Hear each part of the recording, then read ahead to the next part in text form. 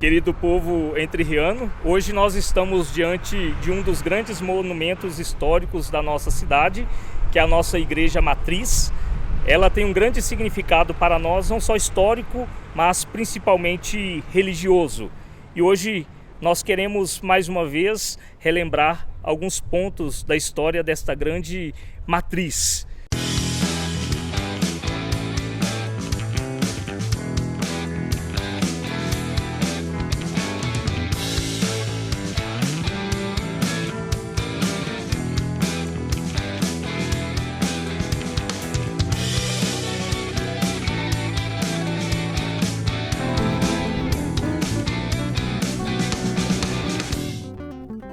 Nossa cidade ela começou a ser construída e sonhada a partir do século XVIII, quando aqui chegou Pedro Domingues e Bartolomeu Machado por volta do ano 1713. Quando assim eles receberam uma sesmaria, uma grande porção de terra para ser cuidada e cultivada. Como era costume de todo cristão, quando recebia uma porção de terra, ali por primeiro era fincado um cruzeiro, assim como fez os portugueses quando chegaram aqui no Brasil e assim celebraram a primeira missa. Bartolomeu Machado também fez esse mesmo caminho nesse lugar chamado Brumado. Esse cruzeiro foi fincado num dos pontos altos aqui da nossa cidade, no local que nós estamos agora.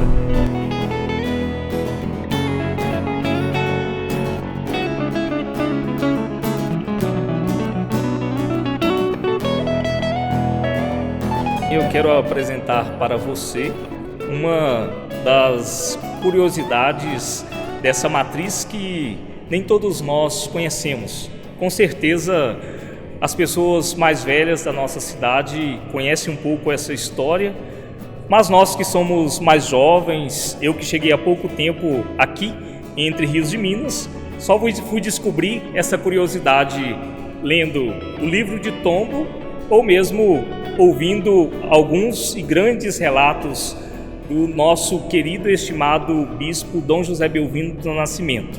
Ele que tinha uma grande paixão pela nossa cidade, pelo nosso município e de uma forma muito particular pela paróquia matriz Nossa Senhora das Brotas. Ele contava muitas histórias e dentre essas histórias, uma delas hoje eu quero apresentar para você. História que é real, foi um sonho que tornou-se realizado por aquele que aqui chegou, construindo esse grande município que nós temos, no início chamado Brumado. Portanto, meu irmão e irmã, essa curiosidade vai ajudar você, porque quando você chega aqui na praça da nossa cidade, uma grande pergunta você faz: por que a matriz ela não é alinhada com a praça? E é isso que eu vou mostrar para você nesse instante.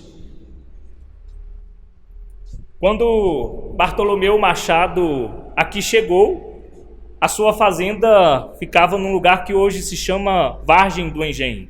A fazenda, grandiosa pelo sinal, porque ele era um grande fazendeiro.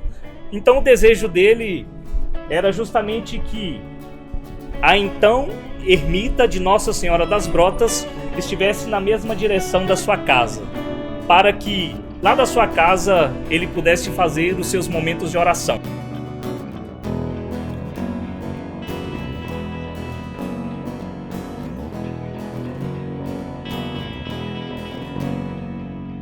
Agora eu quero apresentar para você o que ficou intacto ao longo desses anos que nós tivemos de grandes e pequenas modificações na nossa matriz. O que ficou de fato são os altares laterais, um dos altares, este dedicado a São José e o outro dedicado a Nossa Senhora. O que hoje mudou em nossa matriz é que nós perdemos o forro que era pintado por causa do tempo, é claro, o forro estava muito estragado e a comunidade achou por bem colocar laje. Isso já foi no período de Dom José Belvino, por volta do ano 1963, que foi o ano da última reforma grandiosa que nós tivemos em nossa matriz. Além da laje, foram colocados estes lustres para naturalmente compor o ambiente, e Dom Oscar presenteou a nossa paróquia com um quadro dedicado a Nossa Senhora das Brotas, pintado tal e qual o quadro que existe em Portugal.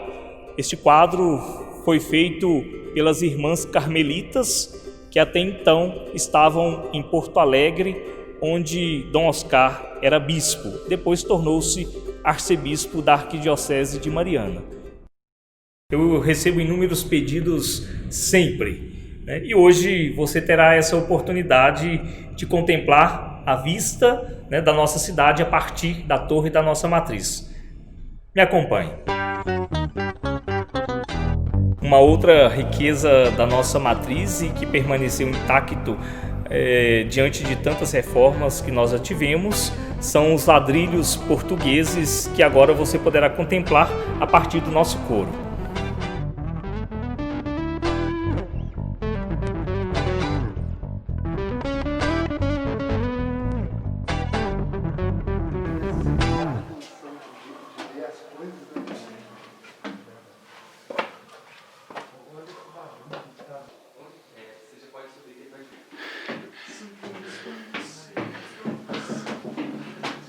Acabamos de chegar à torre da nossa matriz e agora eu convido você a ver a nossa cidade de um outro ângulo, bem como também alguns pontos turísticos que compõem esta mesma cidade.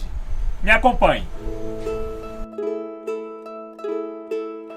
Todos nós somos contempladores da vida, contempladores da natureza, todos nós gostamos de olhar o mundo com um olhar divino. E daqui, meu irmão, da torre da nossa matriz, nós temos a oportunidade de contemplar um pouco alguns pontos turísticos da nossa cidade, uma vez que essa cidade está construída em cima de uma colina e a matriz está um dos pontos mais altos desta colina.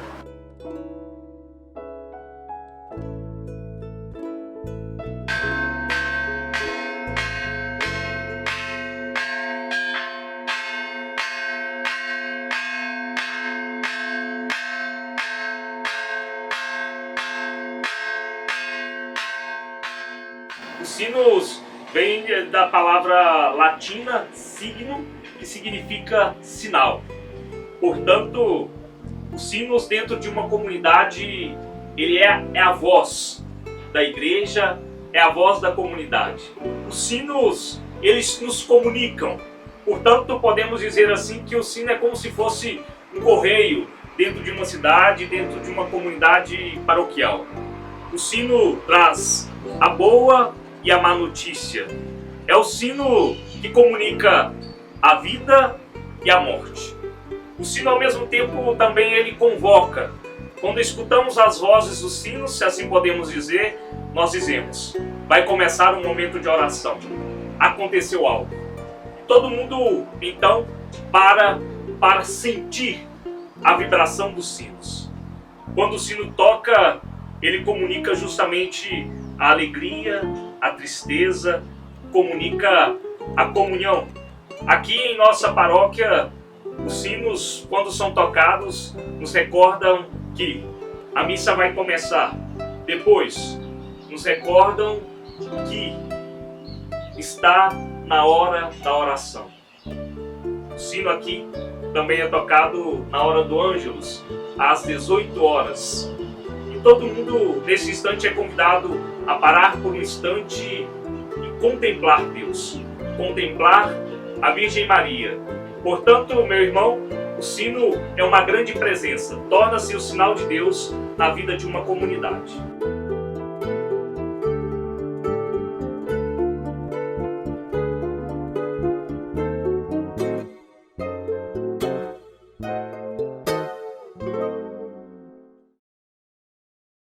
A data da criação da paróquia Nossa Senhora das Brotas foi no dia 10 de julho de 1883. Portanto, nesse ano, a nossa paróquia estará completando 137 anos de existência, que foi comemorado no último dia 10. Portanto, meu irmão e irmã, como você pode perceber, várias gerações de fiéis já passaram pela nossa paróquia e agora é você construindo essa história. Uma história que tem nome, uma história que tem personagens, uma história que tem você.